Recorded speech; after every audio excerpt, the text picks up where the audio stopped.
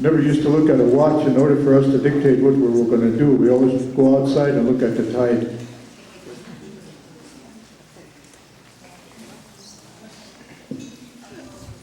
As you know, this little presentation and the ceremony actually will follow. And it's the naming ceremony. At least that's the way it's written up in your program.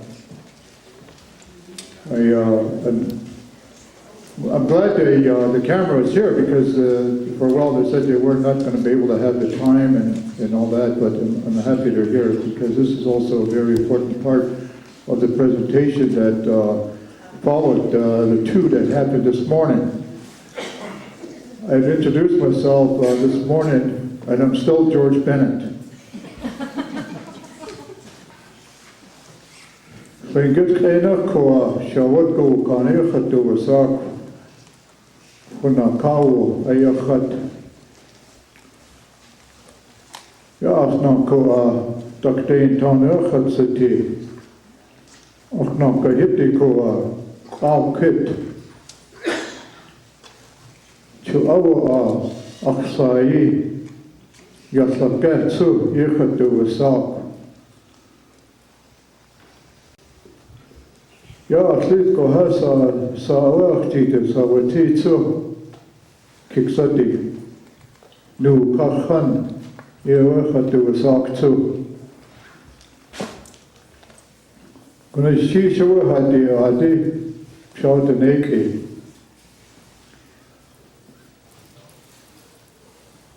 Fiyatin yatas kina hasawa Haiti Kaktushi, Shaa Tlein.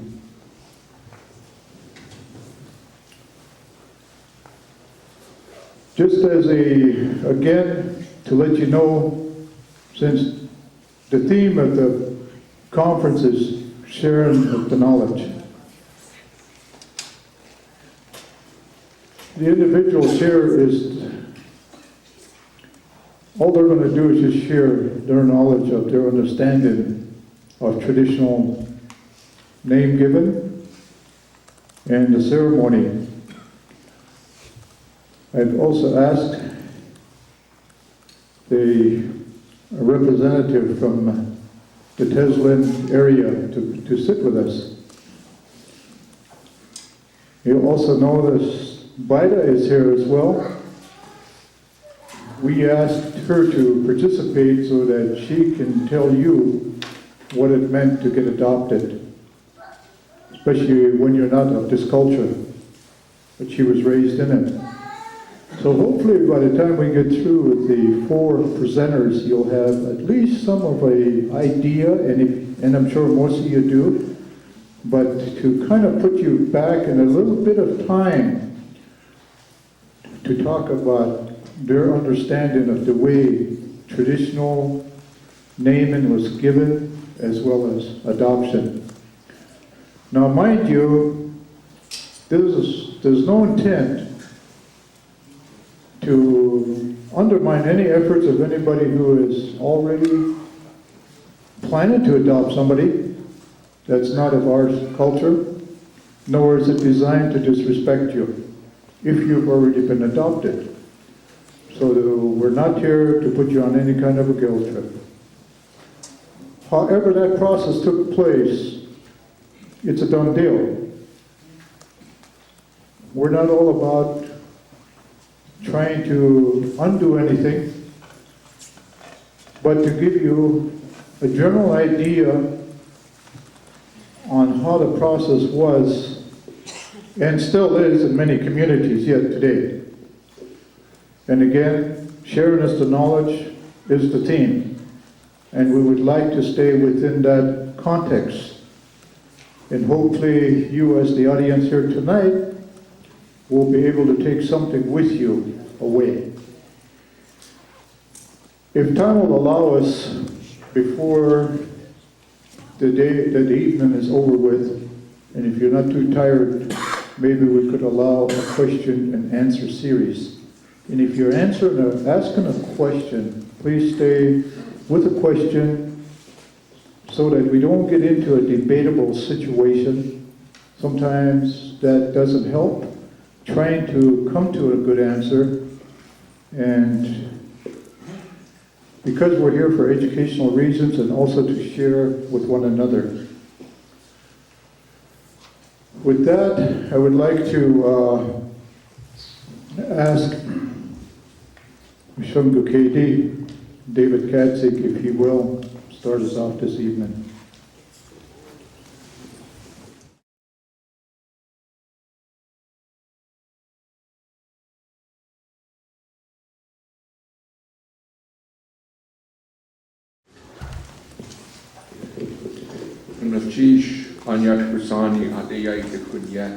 Thank you, noble people, noble children of the earth, for the way you're paying close attention to what's happening this evening.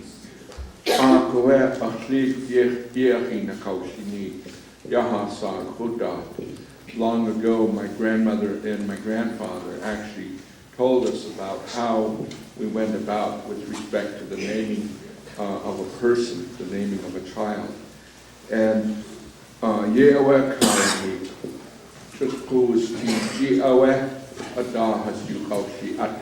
before the child was born, they would speak about the name that they would give to this child, whether it was a male or a female. So one of the things they would do in our family is they would find out in our family who had certain names specifically to our family. My grandmother's Tlingit name was Gadech. She was a Thunderbird lady, an eagle Thunderbird. And so what happened was when the names were being considered regarding, for example, my name, David Yudu Asadle, they call Ena Huko Adusai Kingi Yudu Asad. My uncle, my maternal uncle, passed away. And his English name was David, and his Tlingit name was Kingi Stin. Achewa Adai Ahasyu Haushi At Ya Da Sa Swe Akji Ye Akji is. They talked about what name should I have. Away ya waka akli Gadech ha akyi hawe Kingi Steyu Duasa. She said, my grandmother Gadech said, my precious beloved son, his Tlingit name was Kingi Ste. Hu ye kahi sa Kingi Ste. So my grandmother said to the family, you're going to give him the name Kingi Ste. Itdachawe ayatle kasai so akji awati. The name of the English name of my uncle, my maternal uncle, was given to me, and that's how I got the name of David. When I would see my grandmother, and I came here, and she was in the Pioneer Home. And when I walk into the Pioneer Home, my grandma would see me, and here's what she would do. Ach, that's Chanke, ach, that's Chanke. She would say, oh, my most precious, beloved grandchild, I'm so glad to see you. And then she would go like this. She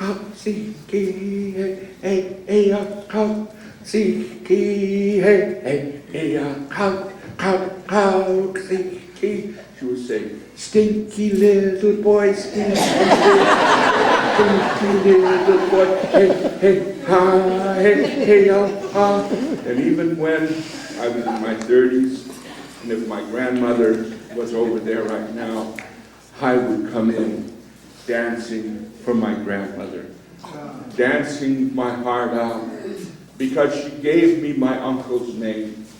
And that's how I got my name, and that's how I know that names were given to a child.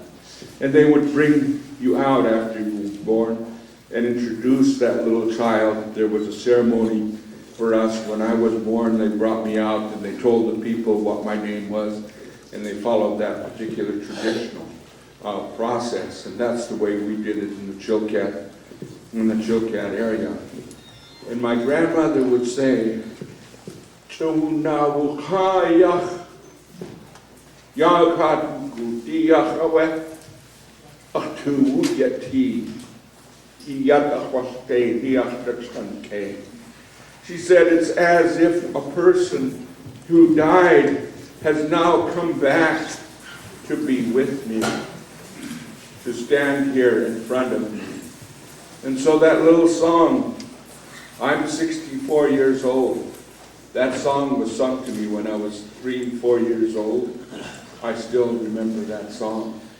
And I'm not ashamed to be able to dance to that funny little song that you were chuckling about, and it is cute. I mean, most people don't call their kids stinky little boy. That's what my grandmother called Katzeek. And I think that name could have been put on me and I could have kept that name, but it wasn't. Now, with respect to the point I want to make was that it was within the family. We couldn't go reach out all over, even though there are a number of other Shunbukedi clans. For example, Yindayan is a Shunbukedi name, and Kitch's Duck, and all the other names that we have within our clan fall within our clan and fall within our blood, and so it goes directly in line with that. And I have my aunt sitting here, Anita, and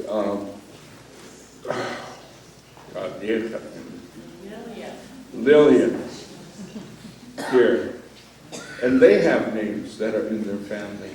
And the thing and they're Shunbukedi, Eagle, Thunderbird, and they have names in their family that they have. The thing that I noticed in recent days is that people are just taking names without consideration regarding the family, just because it was in the clans, let's say, library, and putting it on people. And it's really, really important for us to be able to sit down and talk amongst ourselves when a name is going to be given to another person. And I think it's really important that that happens, otherwise our names can become what you would call a generic name. And we don't want our names to be generic. And some things that happen that I have seen, individuals that basically, in my personal opinion, that really didn't know the depth of their name, was given a name. And I'm not going to go into detail there, when it belonged to a particular group of people, a particular family, and it was really, really important. So thank you for letting me share. I'm not going to talk too much longer. For me, I just want to say something my little sister said, Doc Ginny, Mary Folletti, that she's no expert. And I want it right here for that camera, that I'm really not an expert. I know the culture, I know the traditions and the customs, and I know my family. And this is the way the Thunderbird people, the Eagle Thunderbird people, basically approached the naming of a child. It was no different than some of the things with respect to some of the things that I saw, and because I grew up in church, I saw how the Jewish people went about selecting names when names were being given. And so thank you for letting me share, and thank you for asking me to say a few words. And adoption, let me say something about adoption. Adoption is when a person has not been born into the family, okay? The things that I see happen nowadays is a person could be born into the family, and what they'll do is they'll bring the child that was born into their family, and they'll bring them out at a potlatch, and they'll put money on that child's name in an adoption format. That child is naturally born into that family. And our ways we do it, we'd say, yes, Kingis Te Aya, this is the new Kingis Te. We wouldn't rub money on anybody's head and say it 3 or 4 times and then go from there. That's the way we do it. So some people do it differently. Thank you.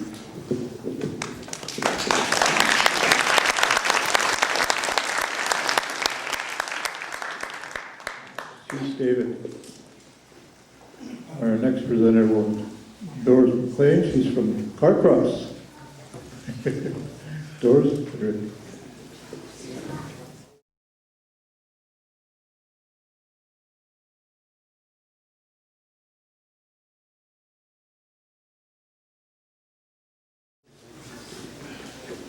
Thank you.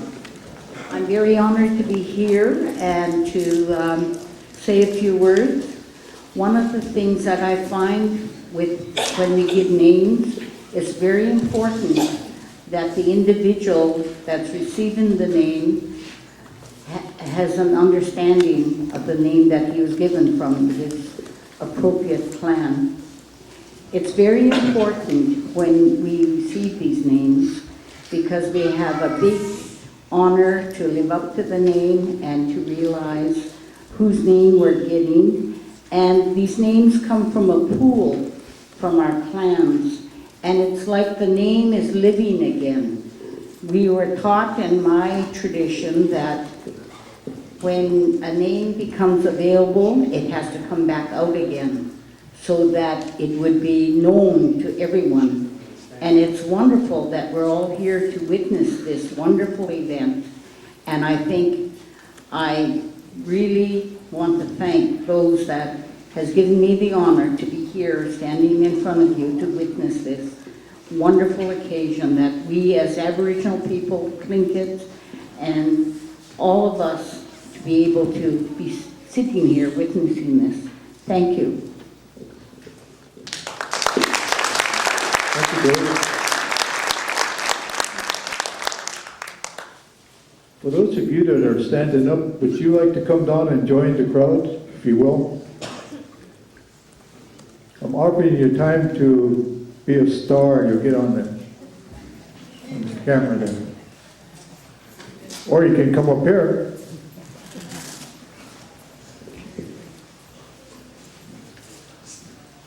Our next presenter, Leo Tuish. This guy has many names, but I will not say them.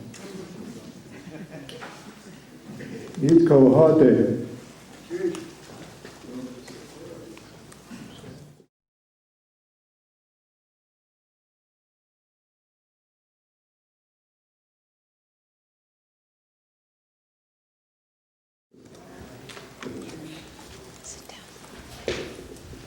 Jewish.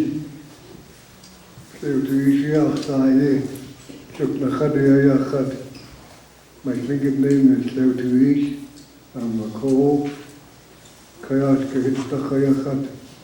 I'm from the Kayashkagit, which is just down the street here from here. My mother was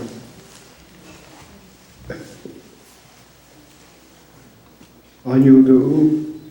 She was Koho.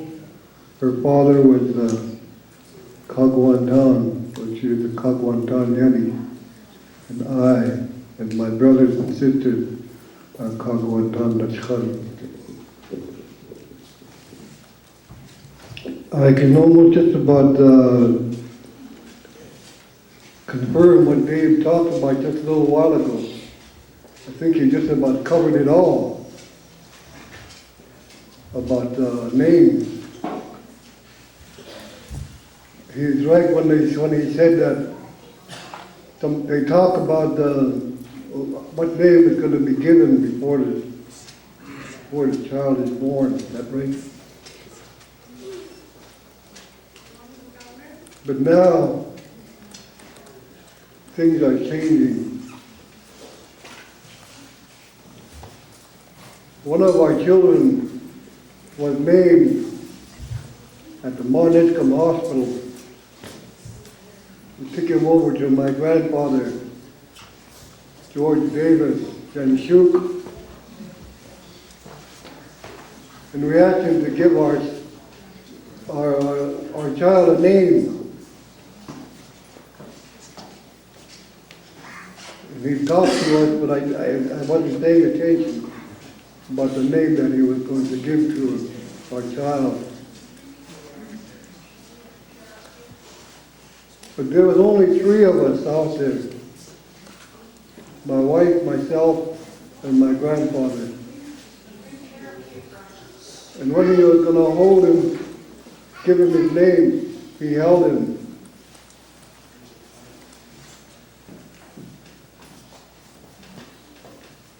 And he said, "Takunei ish kosa, takunei ish." And when he started to name him, he held him up.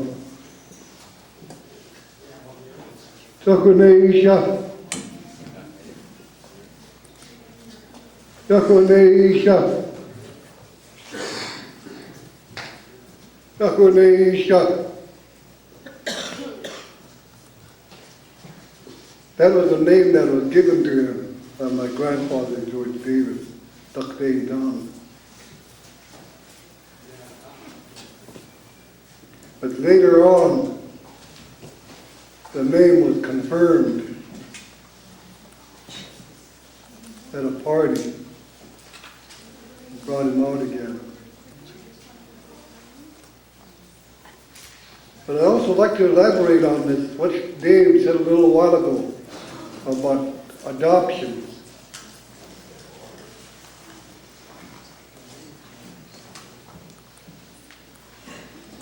Some of our ancestors' names are going out. And when we give them those names, our ancestral names, they never come to any events. So that means our ancestor is wandering around out there, wondering what's going on. The name.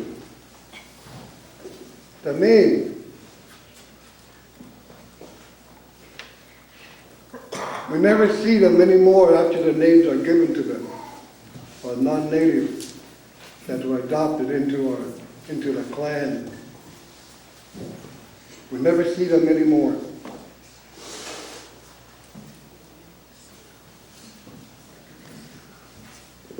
I'd like to tell you this, that a lady asked me if we could adopt her into the Kohu clan. And before I did, I told her what was to be expected of her. I told her that we weren't going to give her an ancestral name.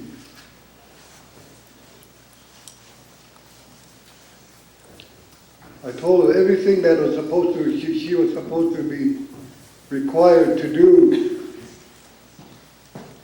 like come to these events here that's going on right now, not to miss anything. Or when we're going to have a party down at the A&B Hall or the Centennial Building. And all the things that she was required to do when she was, if she was going to be adopted. I told her all these things, and then I told her, think about it again. And she did. She thought about it for about a week. When she came back to me, she said, I don't think I would be able to do this. I don't want to embarrass you guys by not participating in anything that you guys are doing.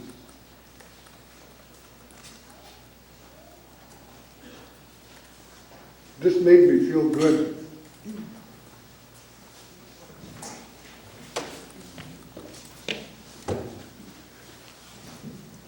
This kanaka kasitsini yataya khasako. correct. Kanaka kasitsini. Kechas Kukeo Kadasanoch.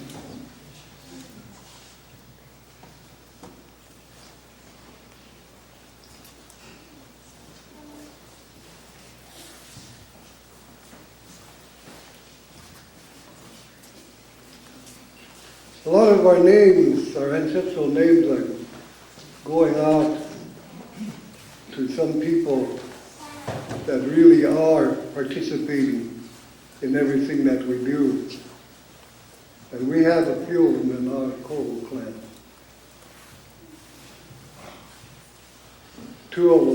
One of them was given an ancestral name. And when we were going to have my brother's party, he was already on his way. He had already made plans to take a trip. But he apologized to me and told me I couldn't be there, and then put an envelope in my hand. It was his donation to the party.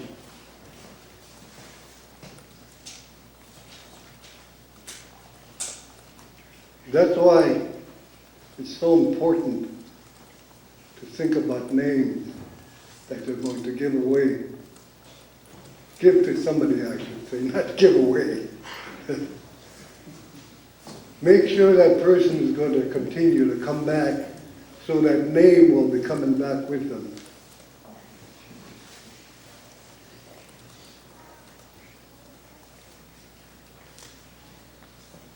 Try to explain to them, if you're going to adopt a non-native, explain to them what they're required to do. That way, if you do decide to give them an ancestral name, that name won't be wandering around somewhere. It'll always show up in places like this, like we're gathering right here, right now.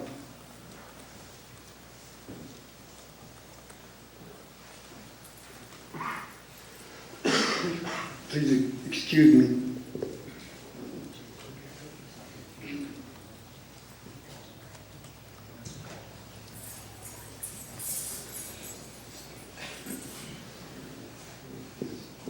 I thank you all very much for the church, the Katihana Khetisa. Thank you for listening to me.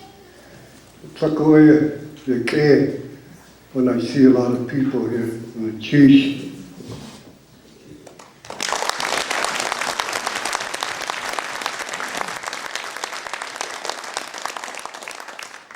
Geez.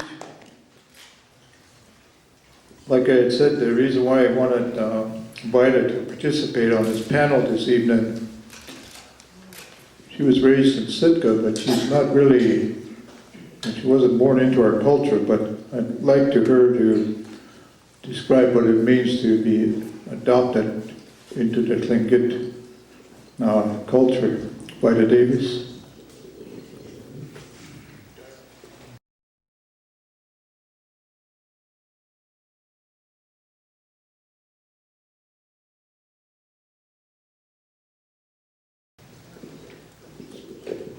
Grechi shout volcan.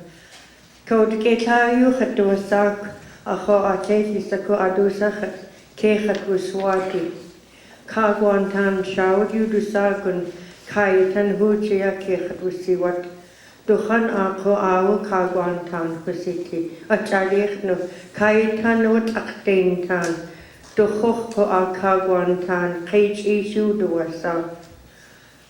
We achtlakaya dachocha chashigufia yuchatan dag untag chatsitiria chochakin has dochode at achten tan chau gunas chish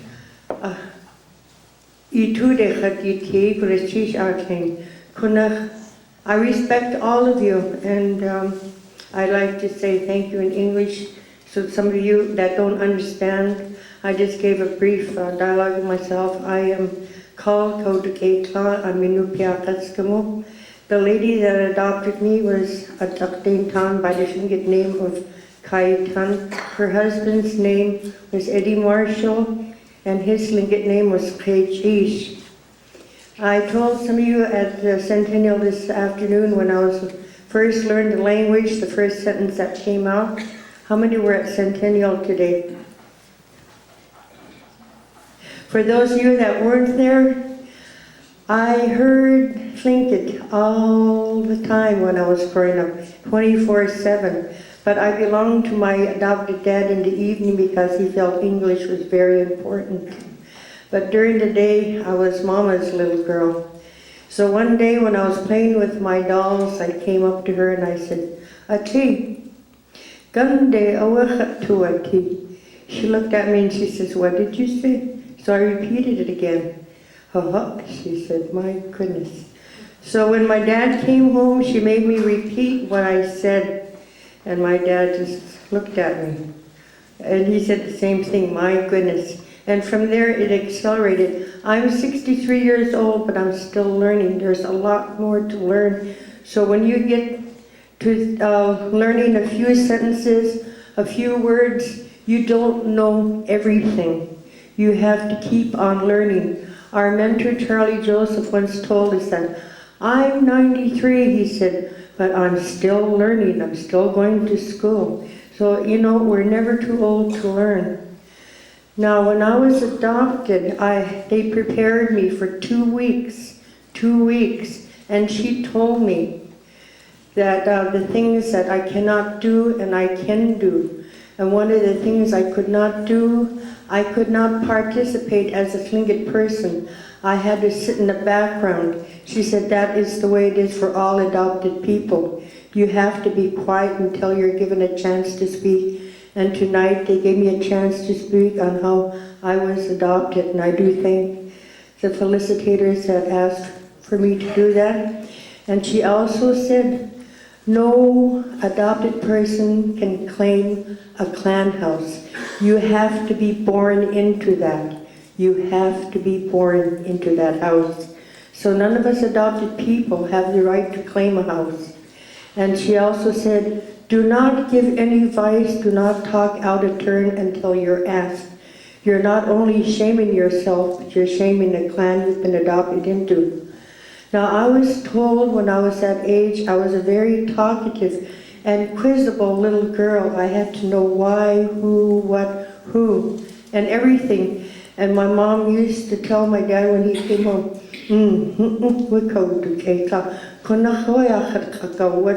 what's lawyer, what's doctor? I'm going to leave that there. If you're curious about what I said, ask a Tlingit person. This is how you learn. This is how you learn. If everything is done for you, you've lost that chance to find out for yourself what I just said. You have to learn this way. I told you this afternoon that our elders are fastly fading away. You need to get to your elders in your family, know your history. Because after they're gone, are you going to go to their grave and say, Grandma, what was that you told me again? Grandfather, is that what you told me that? Is that true? You need to act now. I've been saying this for a long time. You young people, I was impressed at the panel that I sat with this afternoon. My heart felt so big because these were young ladies and they're striving. And yes, you need to help your people. You need to learn. You need to gather. You need to bug your elder.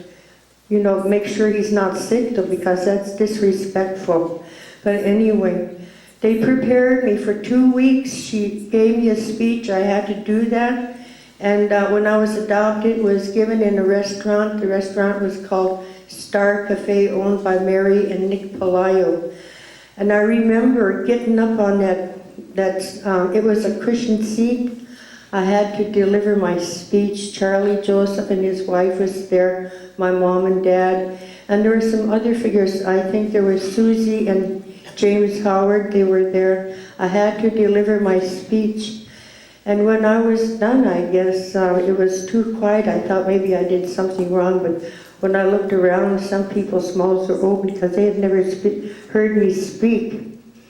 So the name that I was given portrays the way I am. My name is Katzeek. For a long time, my clan sister Dastia and I, we thought it meant mischievous mother, because if you're just learning how to speak Tlingit, that's the way it sounds to you. And when I told one of my clan sisters from Hoonah, my head was almost chopped off. The meaning to my name is, how many of you seen on cliffs at the ocean and the ocean just comes crashing against it? There's boulders there. And then you see the bubbles, right, when they crash up against the cliff. They look like busy little things, right? So that's what they think it's called,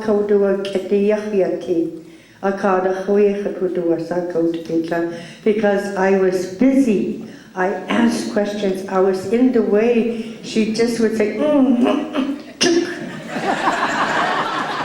and then some of the worst choice words that she did to us, so that is my experience. And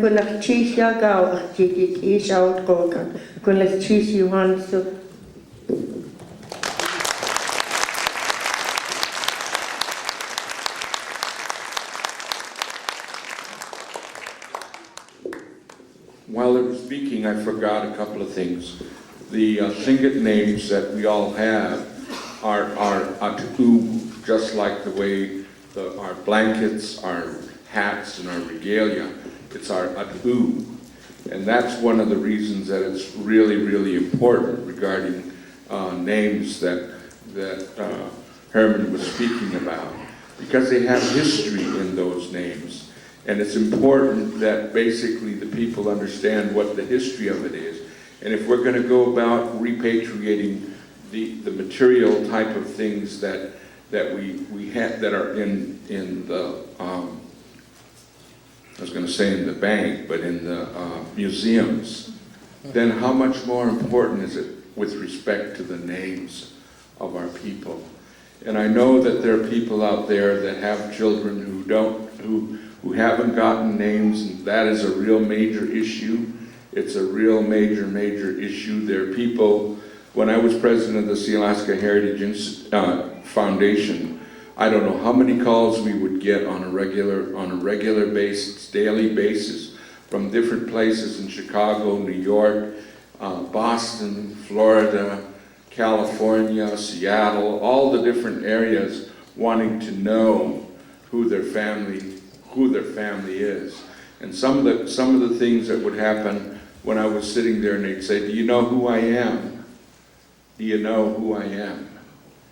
And I think it's something that we all really need to become aware of, that there are young people out there that want to have the names of their ancestors, and we need to be able to work in that particular area. And so if we're going to teach the language, we're going to teach the songs and the dance, and we're going to talk about our protocol and all that type of things, if we lose the names that our children should have, how more important is it than this? Ha'atu awet, ha'kusti aya. Thank you.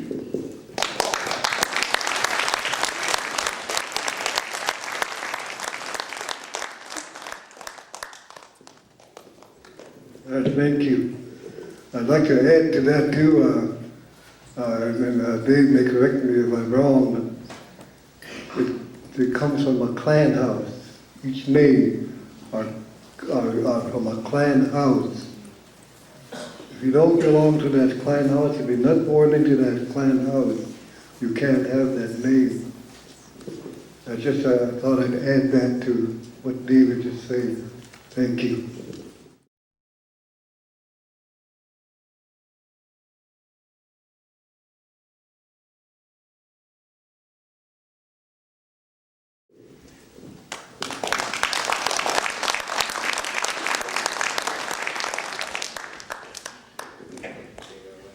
Thank you for making that addition. It is important that the information that you provided. I want to share a little story with you too. You know, when we were growing up, I grew up in Hoonah, And every time I went out with some girl, they would say, hey, you know, oh what? Apparently she was a Duckdane town like me. So I stopped seeing her. So went searching again. This one here was pretty good, so I took her to the movie. They saw me with her too. Aye. You know, it's I'm not doing too good. I'm still going with Duckdane towns. Well, after 3-4 times, I finally got angry, and they said, "Doggone it, I might as well just leave here and marry an Eskimo." I didn't know what an Eskimo was, but I knew the word. Unbeknownst to me, after I came home from overseas, I went up to Fairbanks in 1970, ended up marrying an Eskimo woman. And 37 years later, she's still with me. But her too, she got adopted by David McKinley when I brought her home in 1972. David McKinley was the clan leader of the Wiskitons at that time. He's the one that raised me. And one time we was in Anchorage. I saw this lady that I knew from Excursion Inlet. They were up there for a big dance festivity that was going on. So we went to see them off. In fact, Kate Kwan, my sister, was with them. And Ruth Demmert, where are you? I just saw you in here. She's over there. And she was with the group. So we wanted to go see and tell them thank you for coming and goodbye.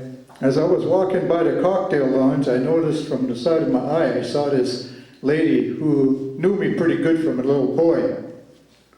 And her name was Cecilia Johnson. And she was sitting with Ray Peck. Some of you know Ray. Three sheets to the wind, in other words. So I went over there to say hi to her. And she looked at me.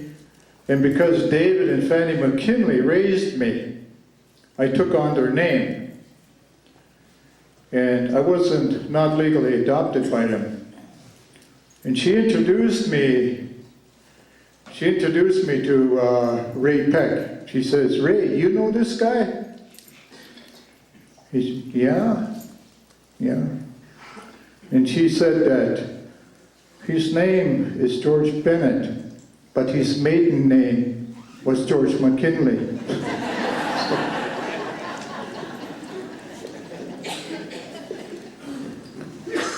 There's a Shango Katie sitting right there. She knows what I'm talking about. So anyway, it is important. This is the reason why we wanted to add this portion of the program to that, so we could have a little opportunity to think about some of the things that our panelists had said here. And it's good to have, you know, more people involved with this kind of thing. If I was to give an advice to anybody that wanted to adopt somebody, and I know a lot of you adopt people because you feel so dear to them, and you feel compelled because the friendship is so tight and you just want to bring them into our culture through an adoption process. But again, you know, ask about those names. What name you have in mind. So that at least that individual, you know, is not maybe walking off someplace and they say, "By the way, I'm adopted Duckdane Ton." "Oh yeah? What name do you have?" "My name is Shawatkawokan." "I'll be darned, that's my name too." That's interesting. But Shawatkawokan is a name that's not really passed on. One day I'm going to walk off into the forest and so is that name, because it has a Gowakan attached to it. So you see what I'm trying to get at, you know. Again, this forum is not to, by all means, not to disrespect anybody. Again, I want to make that clear. I want you to walk away with some tools and education. But before I move on anymore,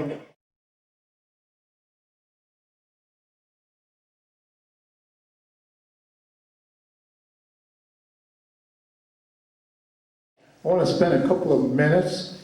If you have any question for anybody on the panel that's here, stand and call out that person's name and ask them the question. And I'll try to repeat the question on the mic, if you will. So if you can speak up and ask a question that maybe you are a little bit inquisitive about. And so if you can raise your hand, I'll point at you and you can stand up if you will. That young man right there. Did you have your hand up?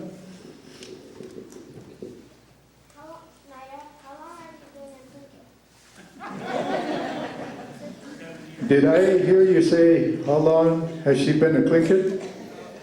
Oh, that's a good question. I'll have her answer that.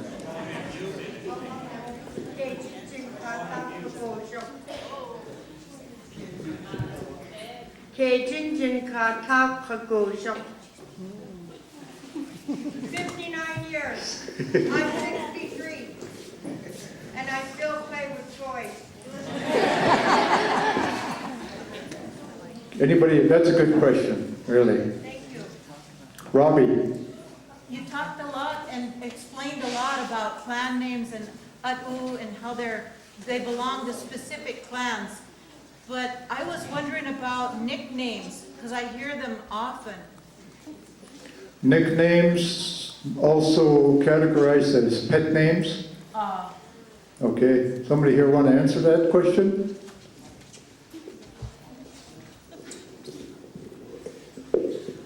I'll answer you right back with your own little daughter there. When she was in the program, we called her Shaa. What, you know why, don't you? Because she's so tiny.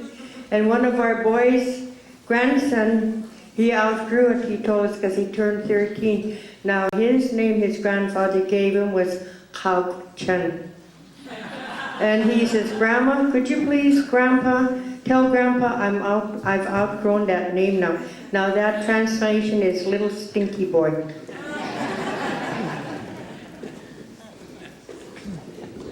I don't know if that's what you were looking for, Robbie. Did you want a little bit more lengthy explanation? The nature that nicknames are given and used, when they're given and used, and why and how. Did you understand?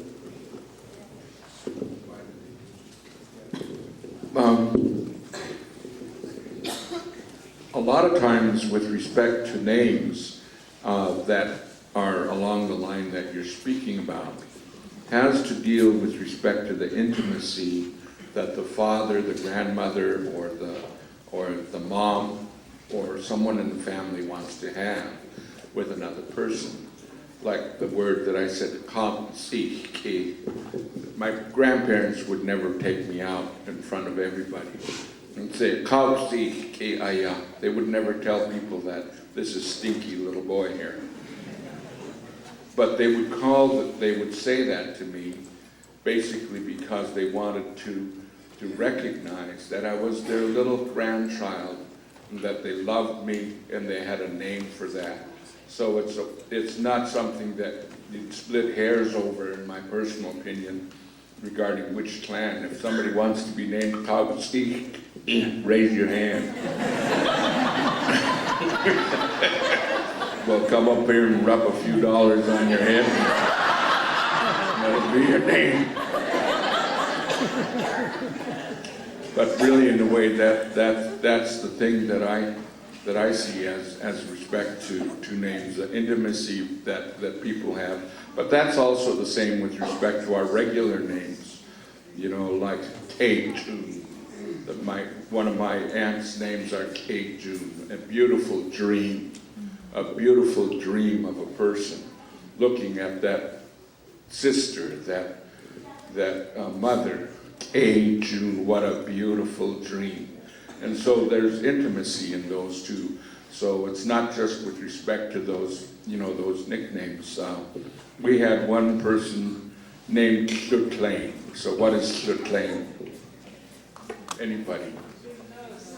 What? Yeah, big nose. But he was named that basically because he had a big nose. some of the people called him that, but we would never bring him out and say, this Shaa Tlein, now yeah. Mine would be Shaa Tlein. Big stomach.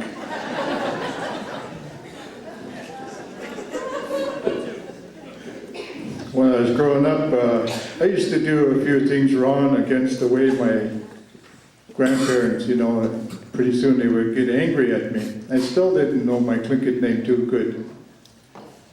They'd get bawling me out, they get tired of that, and they figured it's not getting through to me. So for the longest time, they kept telling me, Hinga Ishantuwu. I heard that so many times, I actually thought that was my Tlingit name. You have water in your head? So just growing up as a boy, you know, that's some of the things that you find out, you know. Shirley. I just wanted to say that my oldest son, his name is Dayat, but my mother said that the name that goes with that is Hashan. But if he's introduced in public, we wouldn't say this is Hashan, we would say his name is Dayat. But for a nickname that he still goes by is Hashan. So that's probably the kind of nickname that she would have. Yeah, there was a young man that grew up in Hoonah too. We still call him that. In fact, there are pet names that were used when you were growing up. You grew up with them and really never knew their English name. And you just reminded me of Ralph Knudsen Jr. And I never knew he was Ralph Knudsen Jr. I always knew him by Kashan. From the time he was a little boy, that's what they always called him.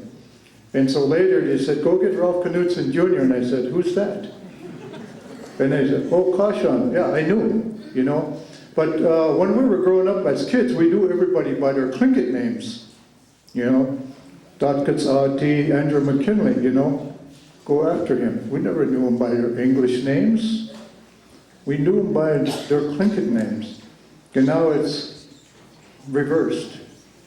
Okay. Anybody else have another question? Right here. I read a book recently, I can't remember who it was, by Hope or Mark Jacobs, but he said, I don't even know if it's true, that you take a name from both sides of your family, one from your father and one from your mother. I was trying to I was just looking at Harold over there, and Harold is the son of Mark Jacobs. Somebody wrote it, I can't remember. Oh, okay. My aunt Betty had it, and she had read it. But when I had it, I still remember that, and it was one from both sides. And it was pretty old, so. Apparently we're getting a head shake from everybody up here. Well then, so what they wrote down was incorrect. More than likely. Yeah, more than likely. Well, yeah, it's still a good question. Yeah. And I have another question. If you gave a name to somebody and it was a tribe, and you know that they were adopted by another family, is there any way you can get their name back? No, you said you have to take the name back because it was given to the wrong. I didn't do it, but it's a name back. Can you do that?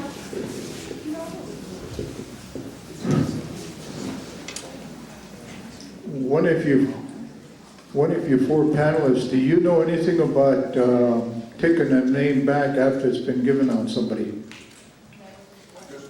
Just in response, I was talking with Harold here just a moment ago, and what he shared with me was that on my side of the clan, for example, I have Kinkistin, all right? On the other side of the clan, my father's people are Takslaweti, and so I can get a name of the Takslaweti or Nesati, like my name is Tade, how do you say that? Tade Kudacha. Tade Yatucha. Tade Yatucha. And there was something here that's really kind of neat for me. I'm not embarrassed to ask someone the correct way of saying my name, even though I speak the language and so forth. because it's really important that we learn that. And so thank you very much, Harold. So I think that's what she's talking about, and that's correct.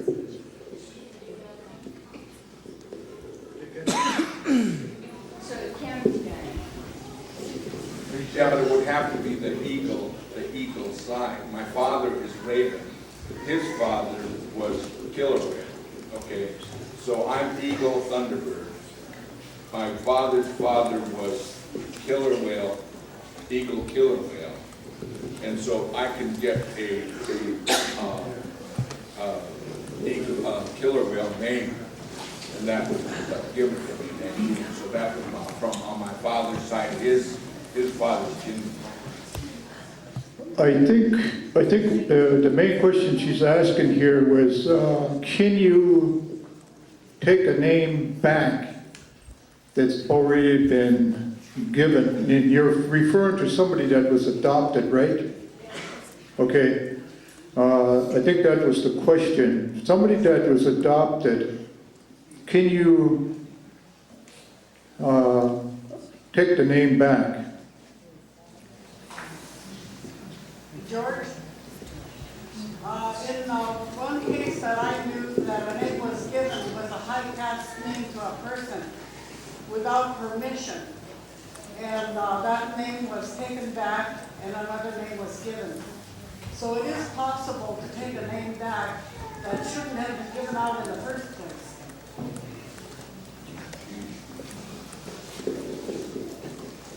Bob? I grew up behind the house where Eddie Marshall lived. And I want to especially thank Vida Davis for the most dignified response that I've ever heard from somebody that was adopted into our culture. I want to publicly thank Vida for all the years that she spent with our people, and for all the time that she spent with our children especially. She did such a wonderful job with the Sitka Native Education Program. And I was so touched with her dignity for who she is, that even when I was a small child, and I remember when Vida came into our village, I always thought that she was one of us. And I've always treated you that way. And so what I'm trying to say, at some point in our life, we do become one of us. And you have successfully made that road. And I just want to say thank you to you for the work that you've done for the children. My question is, as far as your Tlingit names go, my mother was the one that had named all her children, grandchildren, and great-grandchildren. When it comes to a point in her life when she can no longer give names to her relatives, who does that responsibility fall to? Do you know?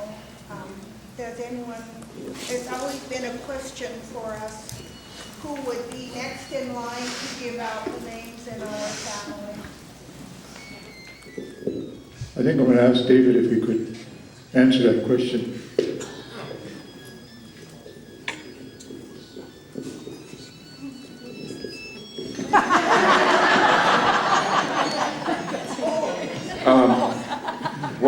One of the most important things with respect to names, regardless of whether it's the mom or the grandma, and probably even including the opposite moiety, the important thing is to be able to go and look at the potential of developing a family, well, not the potential, development of a family tree, and being able to put the family tree together if that's possible. And there are a number of ways in which that can happen.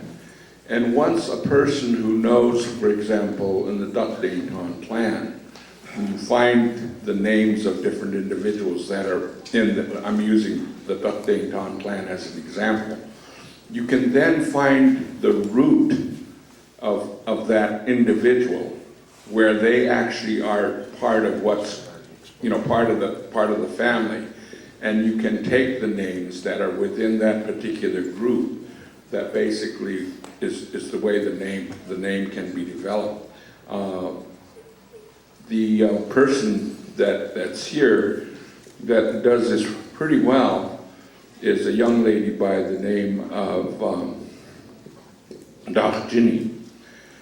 She has helped us in putting together family trees, and when we find out who is within that family, then we can find out also how we can go about giving the name.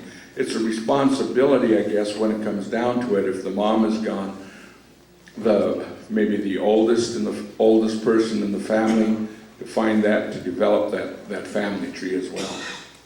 I don't know if I answered your question. Half of that. The other question was, if you're given a Tlingit name, is it your responsibility to pass it on to one of your own children, or who? I mean, It's usually, for us, it was usually the grandparent. For example, I have a son. I have a son that's a raven. I can't give a raven name to my son. It's got to be a raven of the particular clan that my son is a member of or was born into. And it has to deal with respect to my father. Like, for example, for me, they would have to find the Nakahini name in there. Like, one of my son's name is Shaa Tlein, which is the name of my father of the Nakahini clan. So, I don't know if I'm answering your question.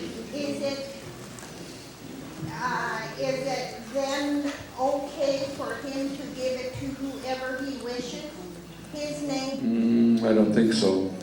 It's usually the uncle and usually the family that has that power. If his sister has a child, for example, she could, in working and interacting with the parents and the grandparents on her side of the family, like my daughter's name is Shaa, and if she has a child and she wants to name that child Shaa Tlein, it's very possible that could happen, but I doubt very seriously if the Nakahini would allow that to happen with respect to my son already having that name, Shaa Tlein. So in other words, my Tlingit name is Katzeek, and if I wanted to give it to one of my nieces, or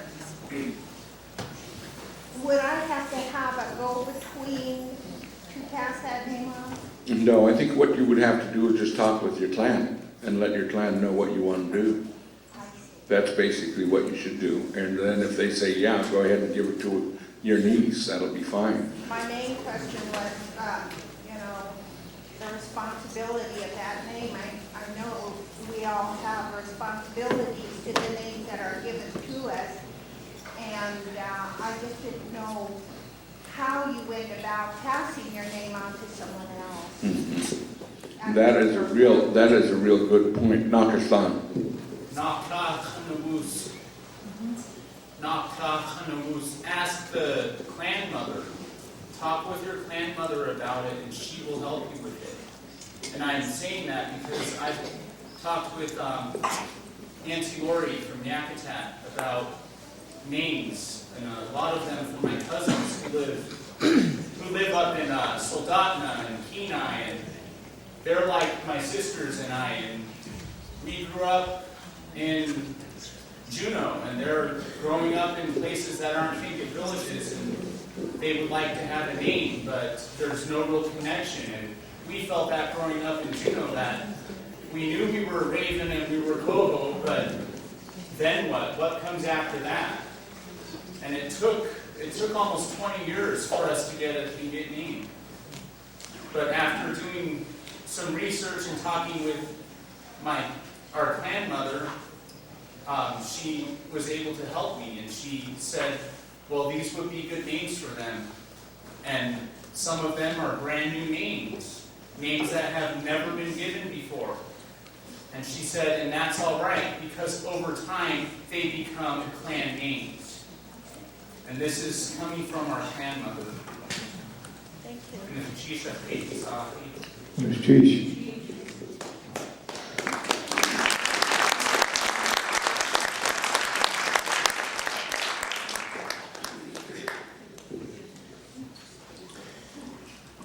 Bertha? I want to ask a question about Mildred that just stood up. Is it possible for her to just give the names of her aunts that just passed on to her granddaughters, or her mother's name, or even her own name, to pass it on to the younger children without having to go through clan mothers? That could be done too.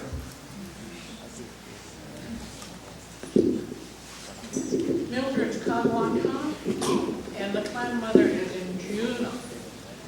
But then she can have her older sisters and they can document their name. And she can give her name to her grandchildren and pass it on. Yes, it's done. Even before she passes on, she can pass that name on. I think this is what this forum is all about too. We have experienced and seen many different forms of who gave names, how names were given, how adoptions were made. You can actually write a big book on how this has happened. And this is what we face today. We have a lot of some of our people, I should say, never really had an opportunity to grow up in our culture, even though they are Tlingits. And no disrespect to that. Others, just started practicing and giving names. So again, this forum is not about straightening people out. It's about a little bit of the discussion about these kinds of things. And again, when David said the names, traditional names from each clan and clan house are treated like atu. I see my friend Nora over there, and I'm going to ask her to give us a little bit of a hand here on some of this, if you will, Nora. Somebody give her the mic.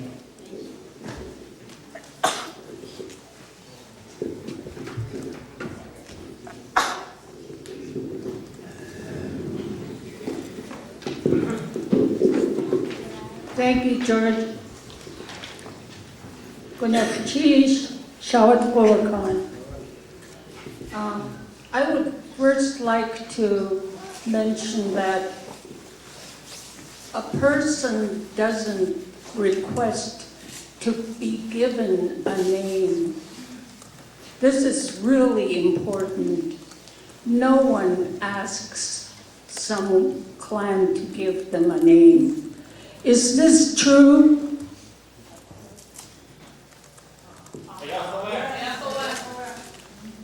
Yeah, so we have to keep that in mind, because some people just come and say, why don't you give me a name?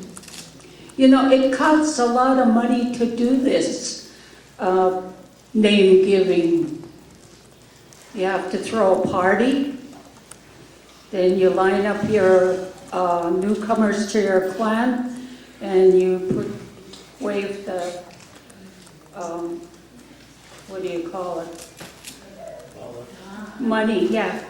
Money, but it's something that will make you keep your name and when it's given. And then After that, everybody knows your name. With the mention of your name, money is passed on your forehead. And it's true that matrilineal names, these are, matrilineal is going through the line of the women. The women may give names of a family, but also the male elder could also give names. I was given my grandfather's mother's name, Hoonah. I really appreciate this name, I treasure it. Which was my grandfather's mother's name, because it was my great-grandma. I think there's special for me. And the thing you don't do is you don't abandon your name once you have it. You're just what's given to you for the rest of your life. And I forgot the question now. Yeah, it's true that names are ado. And the thing we need to think about is in the olden days, we made names for ado and many things that happened to us. And we did, we're still doing a lot of things and no names are coming from it. Why can't we make up names of $7 million? I want that name for my great-granddaughter. Yeah, what?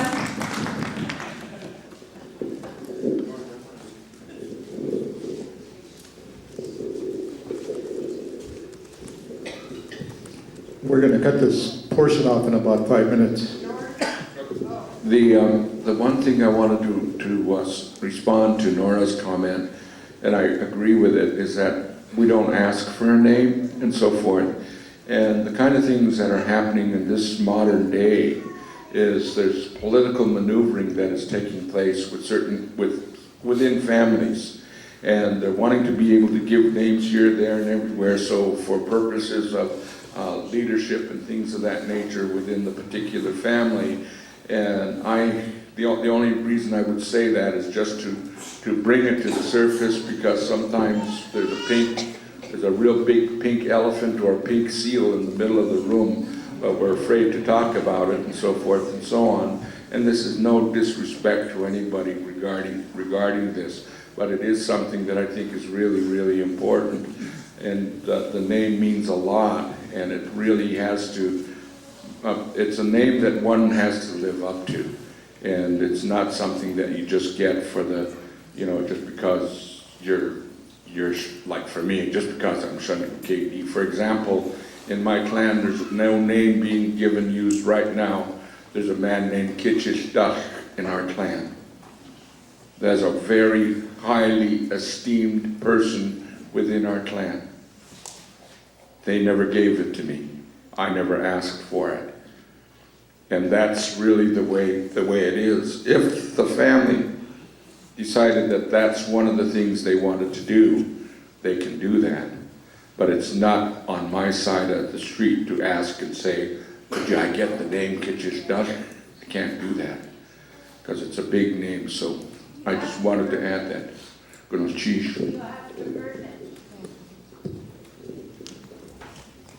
Okay, we're just about ready to wrap it up. One more last one. David. What about a person who has been adopted, given a name, but then for whatever reason, they renounce the culture?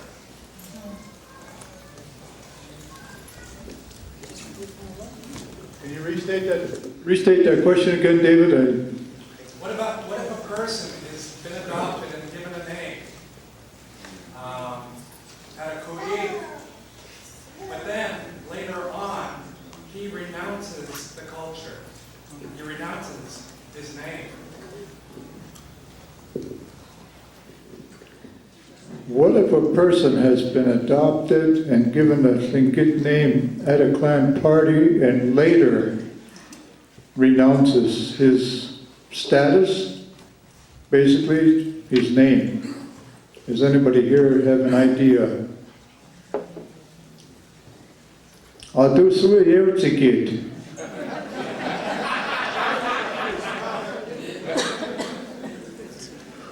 I'm sure before the night's over, David will try to get an answer for you. But I have one question.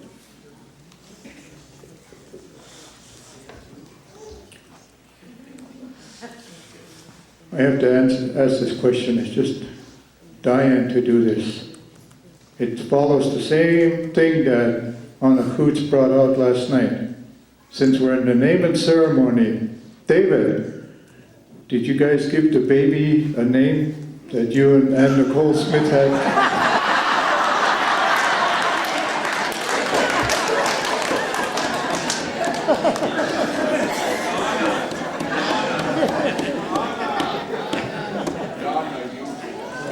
They called her Donna. In Tlingit, the interpretation is money. Two gentlemen right there, you're the last one. Shaa Tlein.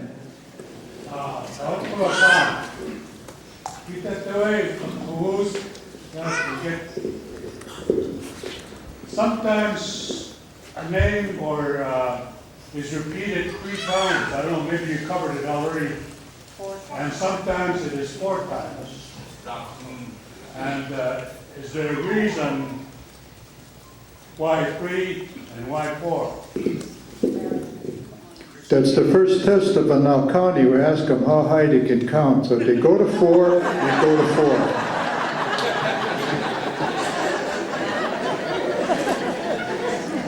That's a good question, Dr. Tlein. Does anybody know? I can't say that I know, but are they on the Yewe, Lagan, Yahweh, Yedad, Nain, Lakat, Daghun. Every time you look at a story, if someone is working and doing something, you're going to find out if the first, second, third time they may fail, but the 4th time they'll succeed. In every one of our cultural stories, you'll find it that way. And so it would be like the sun going east, south, west, and north, completing a full circle. And so that's the way I was told regarding the 4 time type of thing. So it's to complete the circle, because if you don't complete the circle, you have obviously an incomplete circle. So if you got a name that's only 3, it's not official. But the other one that I used to like, and this was my Kakwantan's sister, when in Haines, she would go out on the street at about 9 o'clock in the cannery, and she'd yell out, "Tok Chan! Tok Chan!" Talking about nicknames and kidding names. This was a real beautiful Kakwantan woman that they were calling out Tok Chan. And this is no offense to any Kakwantan, but it was really cute. And the lady that used to do that was Mrs. Louise Williams in Haines. And so there are nicknames that people have that were used, and it was really basically just to really show the love that they had for one another. And watching that lady run as fast as she could to her grandma was really something to behold, because she was not embarrassed. She didn't care. She loved her grandma, and going to her grandmother, even though in the community where there's a lot of people, they would hear that. And I'm not going to translate that name into English. It's one of the things, and I thought I'd just stop talking now and leave it there. So that means that the Nakahini count on 4 doesn't hold water.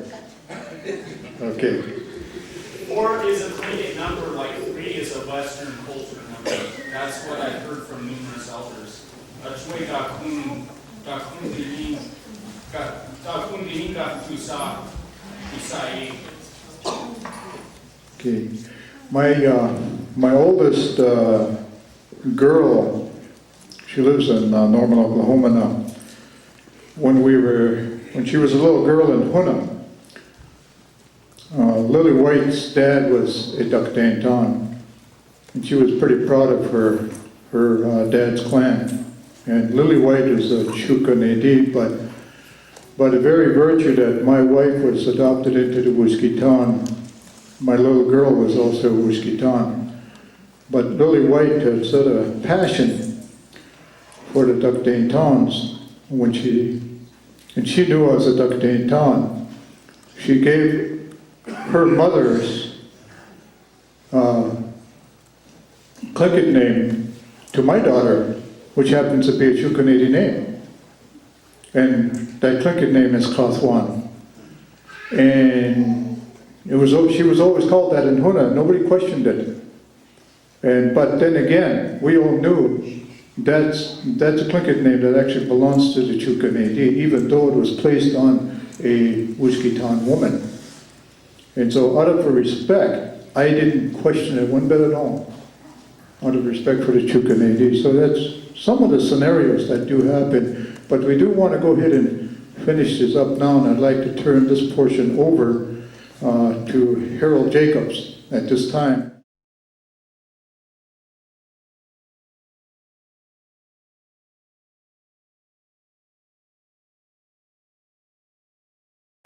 Harold just brought to our attention, he does know the traditions and the customs, and he was sharing with us here just briefly that when we adopt a person and so forth and so on, and it gets into the father's, the grandfather's name, that they can become their own grandchild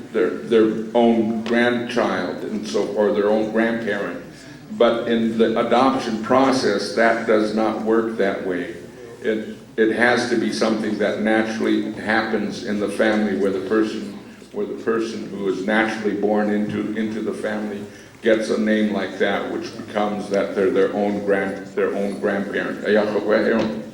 Yeah. I want to take a survey here. I want to see how many people we have here. How many Kagwan? If your father's Kagwantan, wave your hand. If your father's Chuka-Nedi, wave your hand.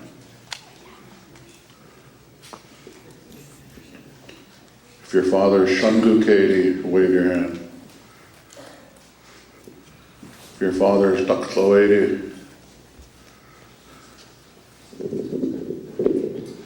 Tsagwedi. If your father's Tsagwedi. How about Yunyedi? If your father's Yunyedi, wave your hand.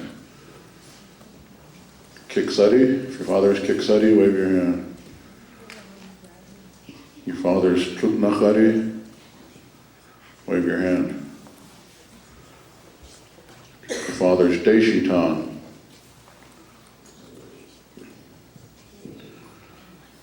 If your father's Kwashtakwan, wave your hand. Kli-Nedi, if your father's Kli-Nedi, raise your hand. William, raise your hand, William. If your father's Ishkatan, or if your father's Duckdanton. How many people here are children of white men? Holy cow.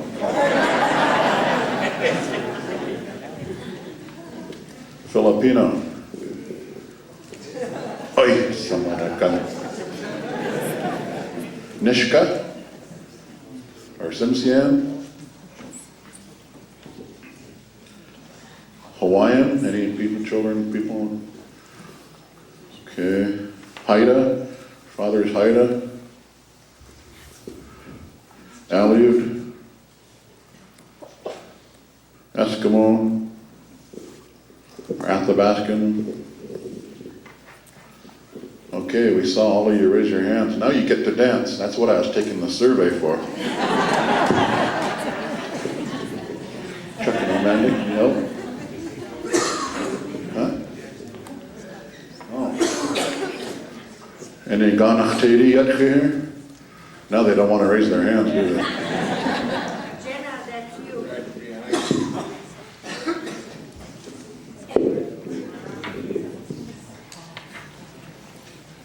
We're going to do this song where they call out the clans. Now, I have heard 3 good stories on who owns this song. So I'm going to say I've heard the Ducklawady own this song. There was a Kagwantan woman who said this. I have heard the Sukachadi own this song. And I have heard the Ganachtedi own this song. So whoever owns the song, thank you.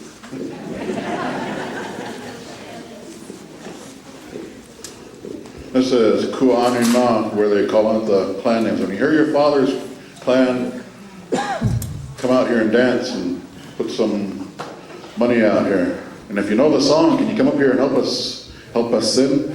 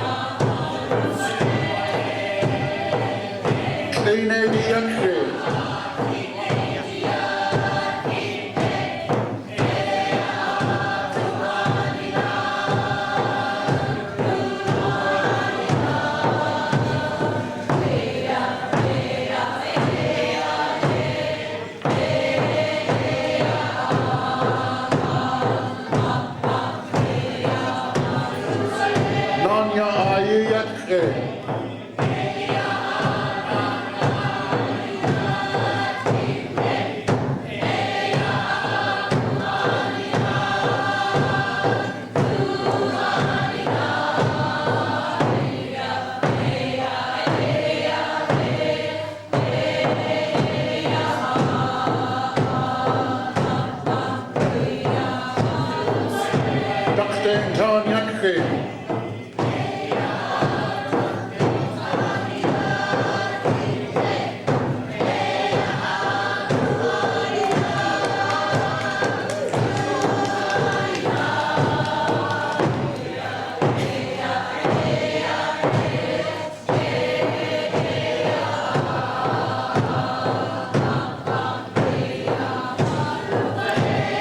Sawady Yankee.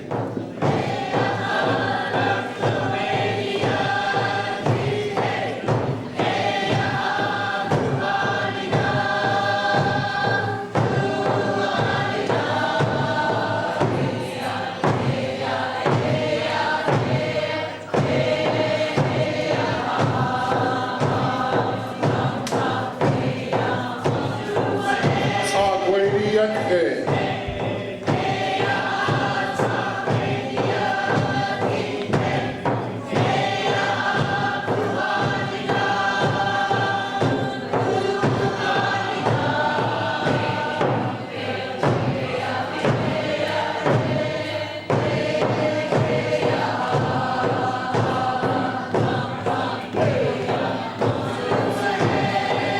Yanyedi Yankee.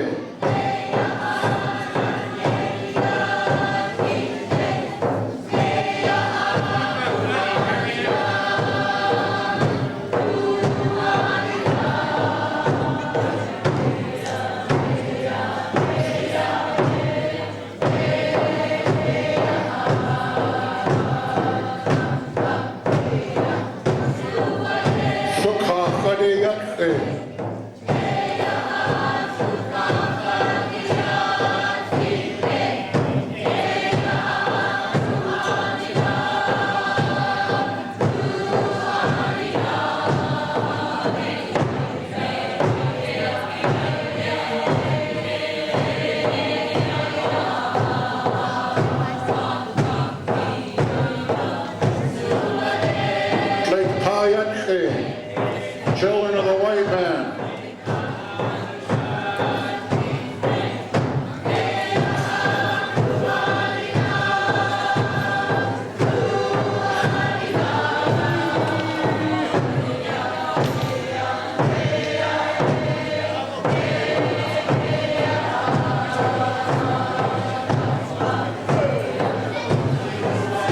Donach Tedi Yankee.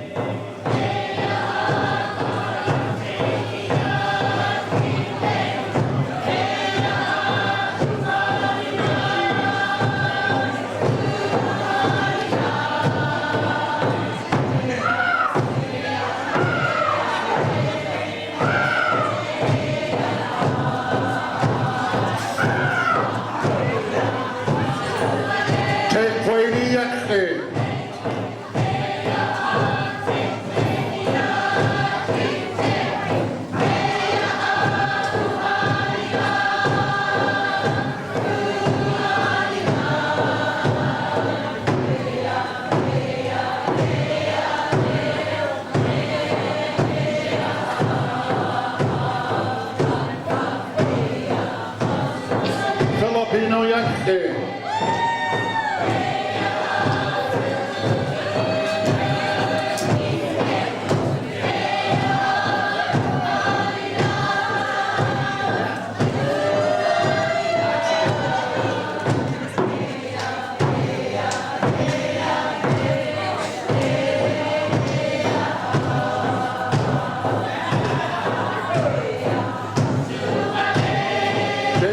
Yankee. Children of the Haida.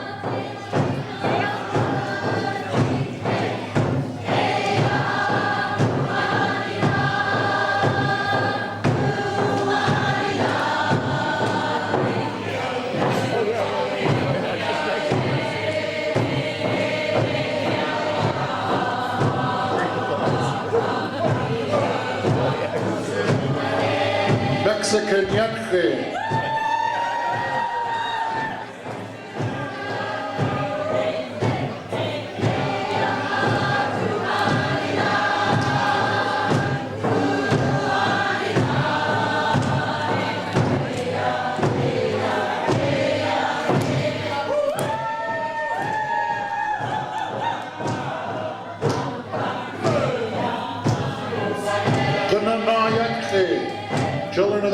Athabaskan.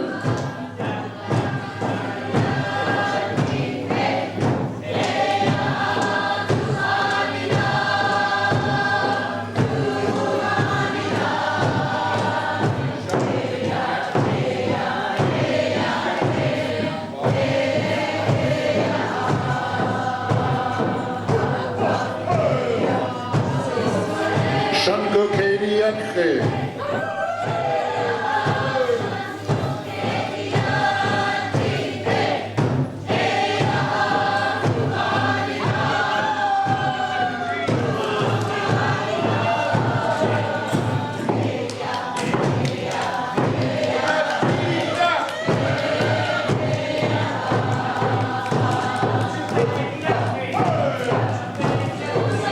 Chukanedi Yakhe.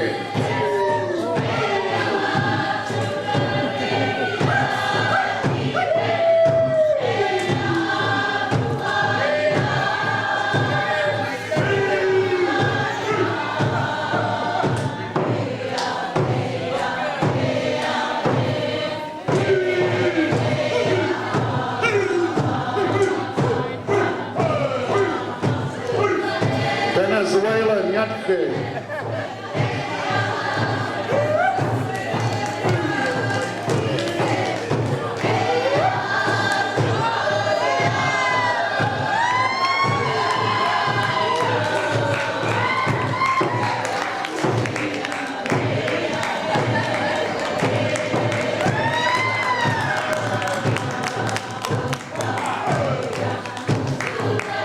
Eskimo Yakhe.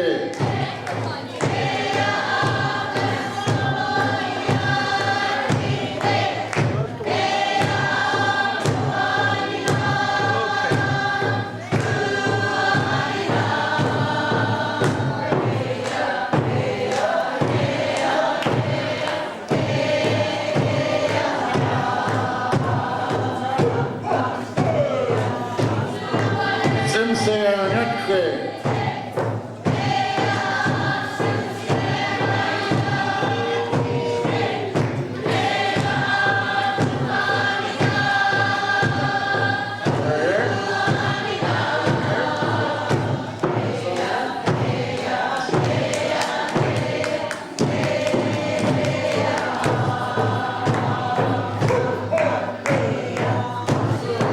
Anushi Yakhe, children of the Russian.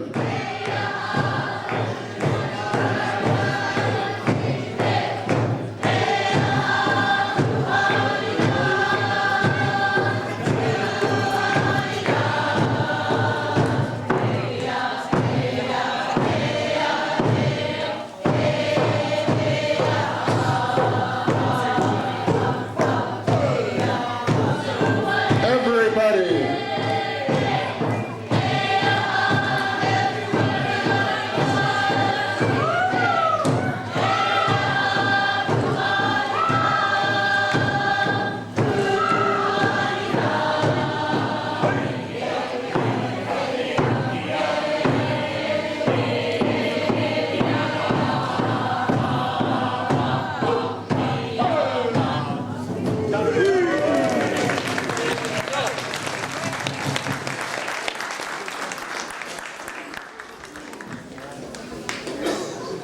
His wife, Reggie Nelson, they're both from Rangoon.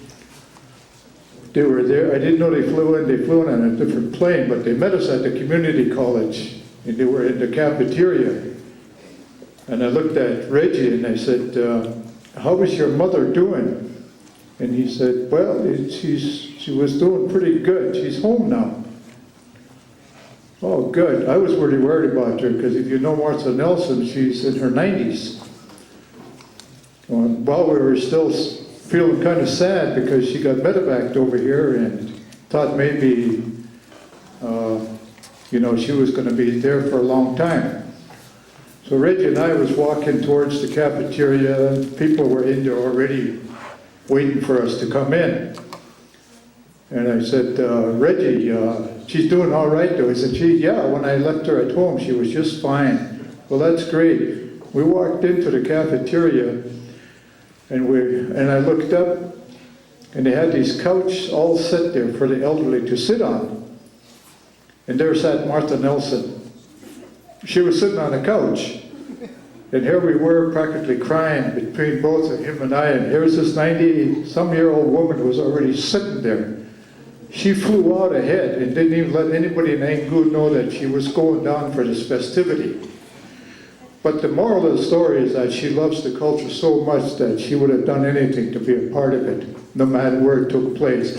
And that's what I love about this lady. She was there, even though she wasn't feeling that well. She wanted to be a part of this festivity that was going on.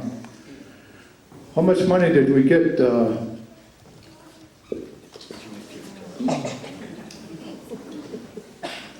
Thank you for coming.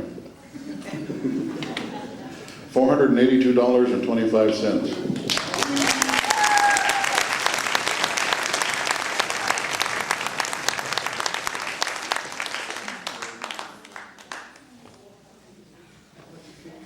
$483.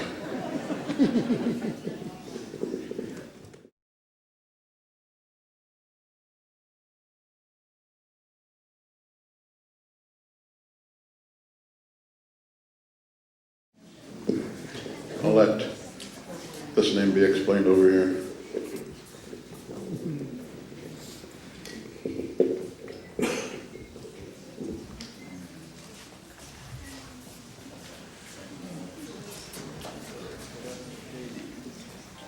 Thank you for the honor of being here.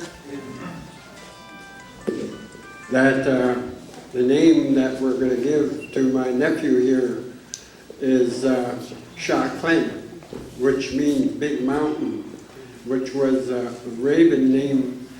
What clan we are? We're Nakahini. We're from Tongass tribe, and that it is something that was going to be passed on to my nephew here. Also here is my sister, Tillie Hoff, and we have some other Tonkaquan of take waiting. Good.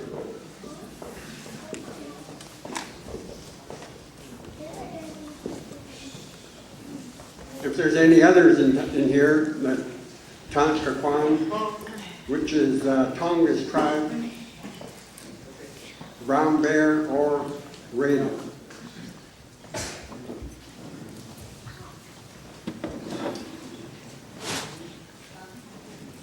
These are going to be the witnesses here, and that they are of our clan, and they are their in-laws for the ravens. And this is something that is very special, and that it is something that is really great to do, that you know who you are and where you come from. So that it is something that is, like you've heard all evening, is that it's something that you really do not take lightly. It is something that you have to be proud of, that it is yours, that it is not, it's something that you just don't give to anybody, especially if it is a clan name of your own clan. So that it is something that's very important. And so thank you for the opportunity for being here and to witness, and that it is a great occasion for us. And really thank all of you here, and that you will witness it. And for this clan conference, which is very important, in that all the clans from Southeast that can come together and speak and share. That's the name of the conference, is sharing.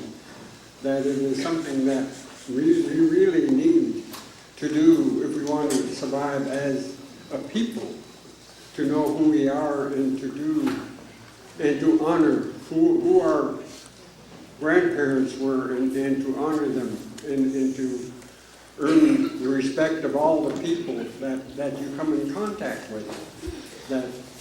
That it is something, you know, that is not really taken lightly, that it is something that is culture and traditional.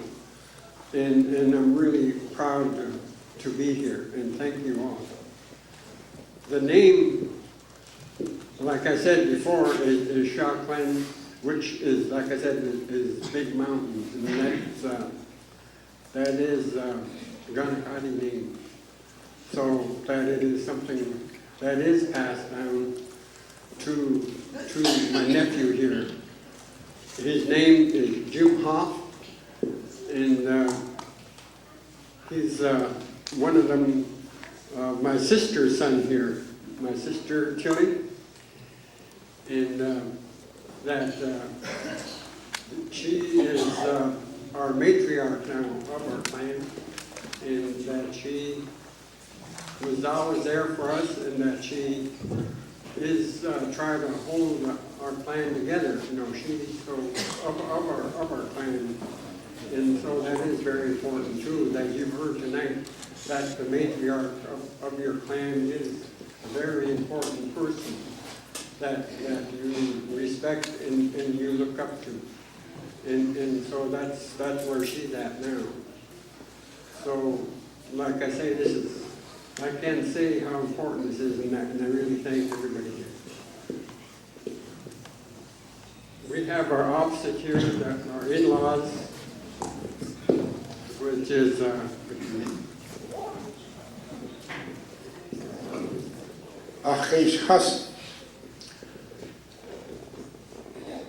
I'd like to say a couple of words about what is happening here. Shaa Tlein was my brother Willie, and I was our great-grandfather. He was a warrior chief, and I also would like to mention that Tillie and George's mother adopted my father, who was Hawaiian, and their Hitsadi gave him the name of Hoagase, and I always appreciated that, and we're really proud to be here to celebrate this. Comes Chief. I apologize too. I did not introduce myself. My Tlingit name is, well, my English name is George Ridley, and my Tlingit name is Geek Wayne. I am a child of the Simsan. I am the grandchild of the Take Wadey. My grandfather's name was Krush Khan.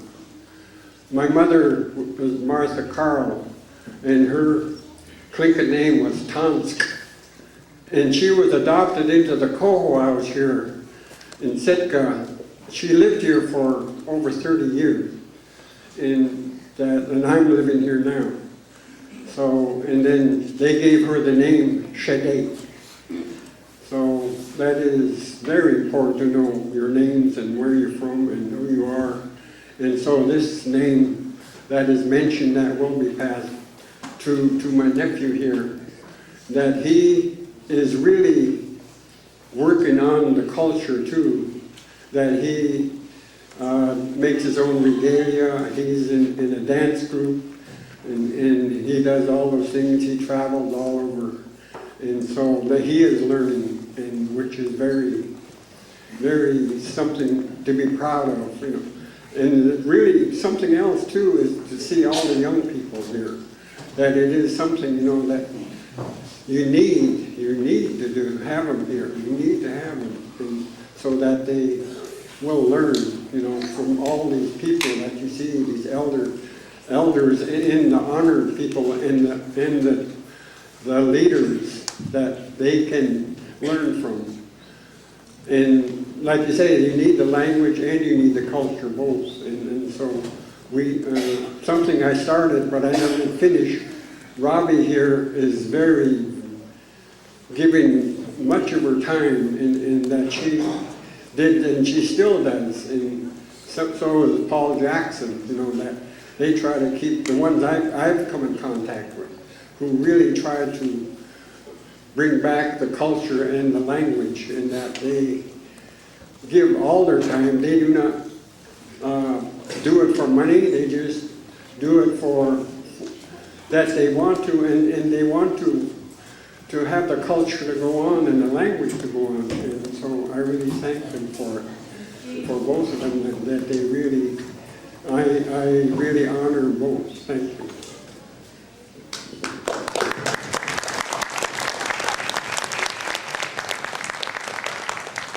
I just have to tell you that the name that my son is going to receive tonight is my grandfather, George Williams. He was born in Kassan. I just found that out. And so that makes him half Tlingit and half Haida. My grandmother, Louisa George Williams, was born, her family was born in Old Wrangell. I have no idea where she was born. And my father is Herman Ridley. My mother is Martha Williams Carl. You all know Martha. She lived here for years. And so I'm very, very proud to have this honor tonight of naming, giving my son a name. But this is, I'm pretty nervous because this is my first time. I've attended many name-giving ceremonies during my lifetime, but this is the first time that I'm part of it. So I was running around like a chicken with a head cut off all day, trying to find information from various people here, and I want to thank them very much for helping me make this decision to have my son have a name. I'm sorry, I'm nervous. Anyway, I had to tell you about my grandfather and my grandmother. My grandfather's, on my father's side is Robert Ridley and Mary Ann Calvert. They were born in British Columbia and came over as Father Duncan. So that's how they ended up in Metlakatla. My mother and dad were born there, but they moved to Ketchikan, so that's where I'm born. So anyway, I had to throw that in because I'm so proud of my son here. Thank you.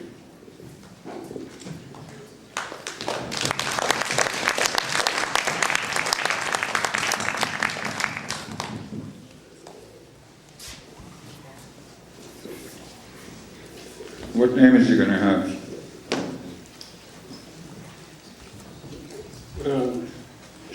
Shaa Tlein. Shaa Tlein. Shaa Tlein. After he says the name, repeat it after he says it.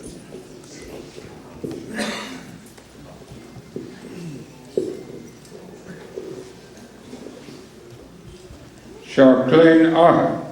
Shaa Tlein ah. Shaa Tlein ah. Shaa Tlein ah. Shaa Tlein ah. Shaa Tlein ah.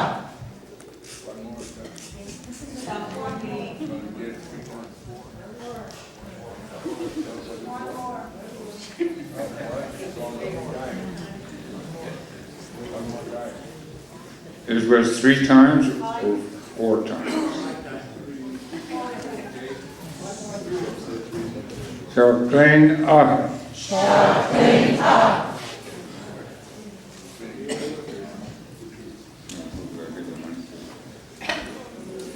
Good son. Isn't there somebody supposed to?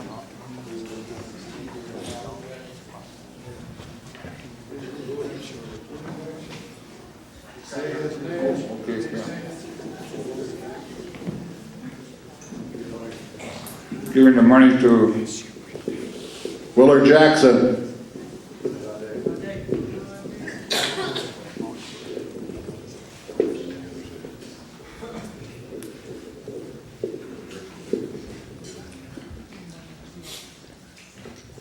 We just want to make sure whenever the name is given, part of the, for lack of a better word, to certify that name, and because it was a raven, sometimes the opposites will actually speak to it. Sometimes they can even challenge it, but that's hardly ever done. But the money that usually is put on the forehead, it's up to the discretion of the, like for instance, George Ridley, or even the person that's receiving the name can go ahead and give that money to the opposite. So that's what Harold did. We call out the name of the person that is given, that's going to receive that money. That person receiving that money has to respond. Otherwise, if you don't respond, it looks like you're secretively passing money around. So we don't want to appear to be doing stuff like that. So we want to make sure that if that money is going to a certain person, you call them out by their Tlingit name, that person has to respond to receive the money. Okay? His father's names were given away by, or his uncle's names, excuse me, were given away by ravens. And they didn't ask his family if they could give those names away. But one of these names is his uncle had two names. He's going to get one name and he's standing in for his brother Jerry, who'll get the other name. Jerry, his uncle's name was Yanji Ka. That's the name Jerry is going to have. Yeah, go ahead.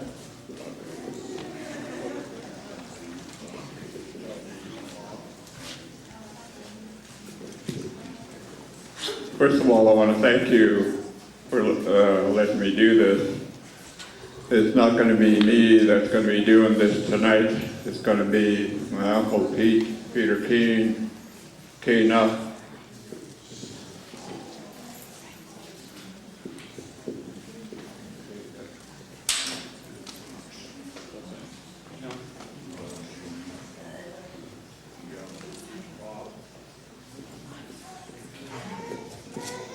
Yanji Glaha.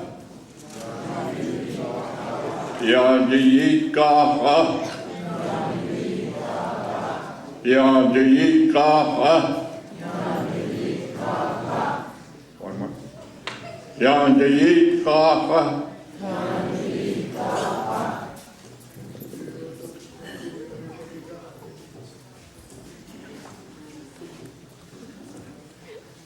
George Bennett, Shaa Tlein.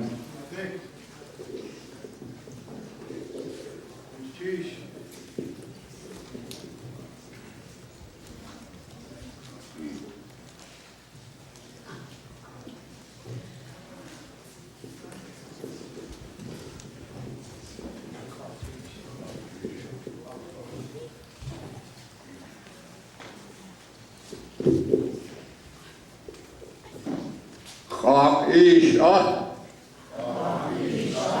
Chag Isha. Chag Isha. Chag Isha.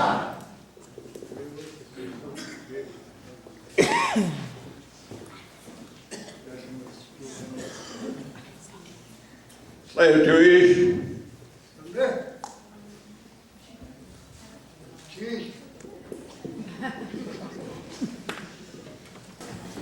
I'm very happy to be here tonight. My name is Budlau John Feller. I'm from Wrangell.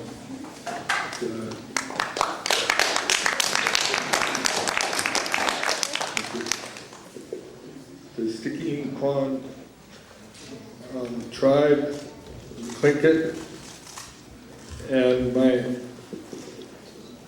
my house is Katzeek Hit and the Nanyai clan, my mother's clan. And these people here are descendants of James Bradley, and that's why they're here, to receive names.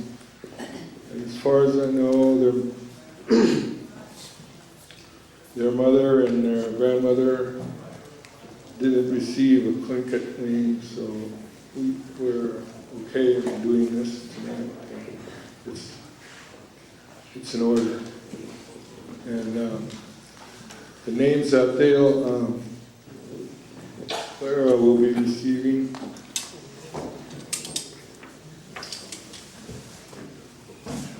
Kita Kuch. The name is Kita Kuch.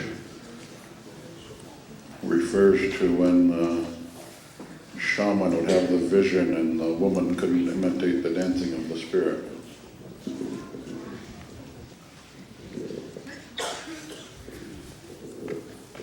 Shaa Tlein.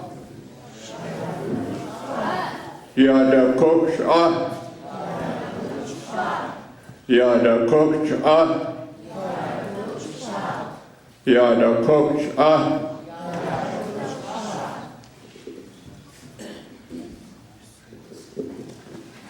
The next granddaughter is Anna Bradley. And the name she'll be receiving is Yaktushe. Same name as her niece Jamie, and it means killer whales singing alongside the boat.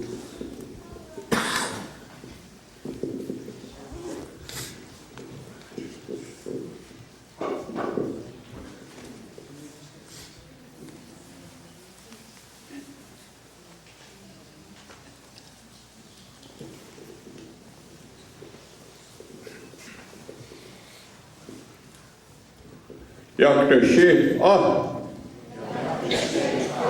Yaktashe. Yaktashe. Yaktashe.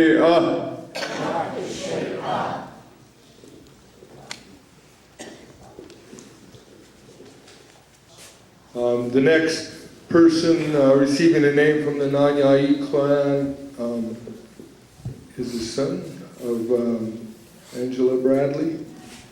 Correct. And his name is Michael Palacio. Palacios. And the name he'll be receiving is Kuda Hoff.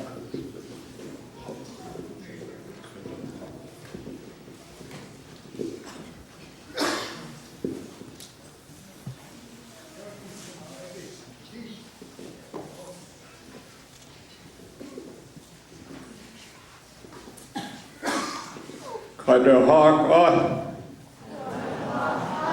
Kadahak. Kadahak. Kadahak.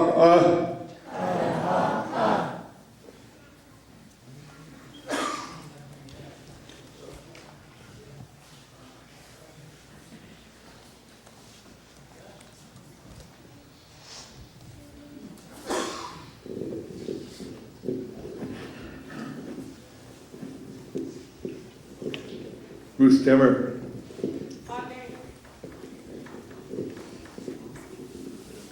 Ich sehe Ush, du ich sei, aber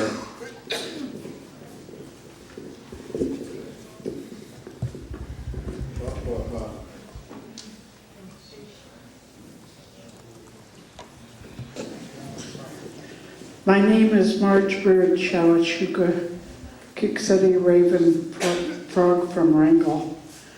And I would just like to thank John and this group here for giving those names.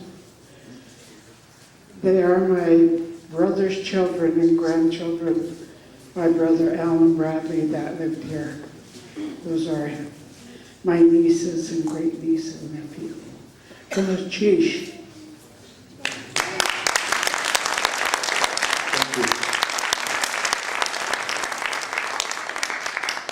We almost overlooked one name. You remember we talked about pet names? Lautish is going to get a pet name. Lautish.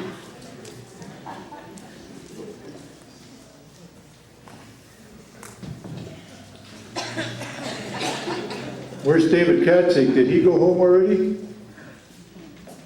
Innocent. Okay. Whatever it is they have in mind, I'm innocent.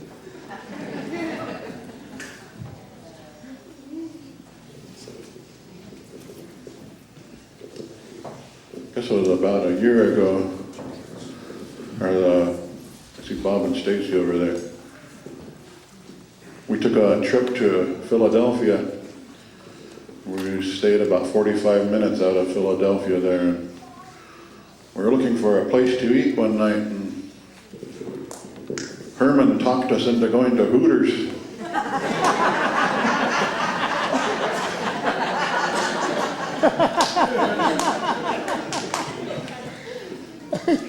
I'd never seen a guy smile so much.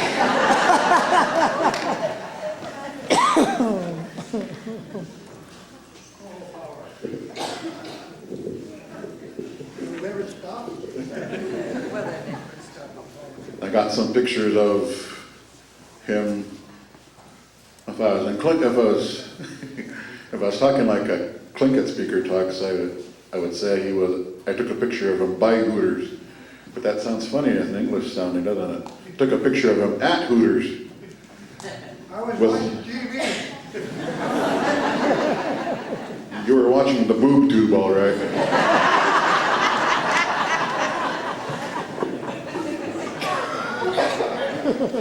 Okay. So this is the name they want to give him as a nickname. So whenever you see him, you remember that he talked us into going to Hooters. Andy and I had nothing to do with this. So he's gonna be Hooter-ish.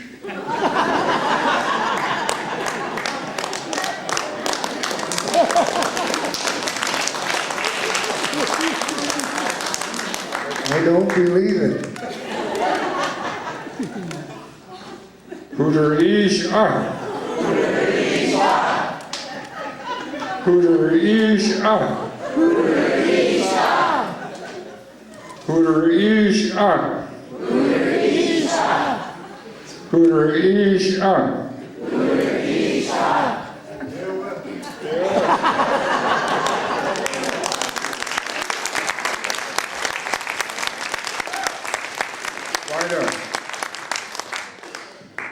Vida. How dare you, Nakah? Even though this appears to be, there's always a lot of good Tlingit humor, and we miss that quite a bit, And sometimes people think it's making fun of somebody. But Herman has been just such a gentle man with us. He's always laughed. We've made trips together to Denver, and he's just been a fun man to have with us all the time. We enjoy him very much, and he takes humor so great, and this is not intended to make fun of Herman. It's just that Herman is such a good-natured man, and we all enjoy him, and we really love this man. The guys that traveled with him, Andy Gamble, Harold Jacobs, Mark Jacobs, and we've all made trips with this guy, and there wasn't a moment that we never really had a bad moment with Herman, and he made a trip with me to Seattle, and there was a lady there that just took care of him. Barbara Brotherton from the Seattle Art Museum just took care of him. She just cherished his presence, and in fact, she had gotten a ticket, went through security and everything, and made sure that he was all right. And that's just the kind of presence that this man commends, and I just wanted you to feel how we felt about Herman. And Herman, you're just a lovable man, and we really enjoy you being with us. To each, let's give him a big round of applause.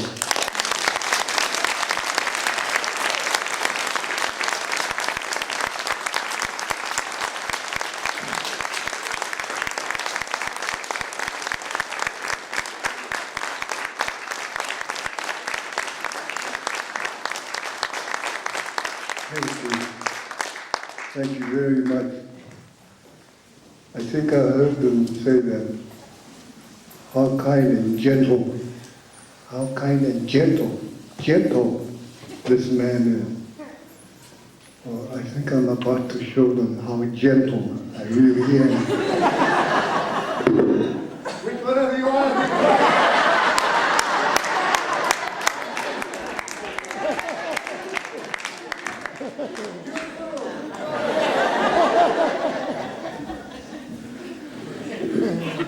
Thank you all very much for cheese to cut you on. Good cheese for my new name.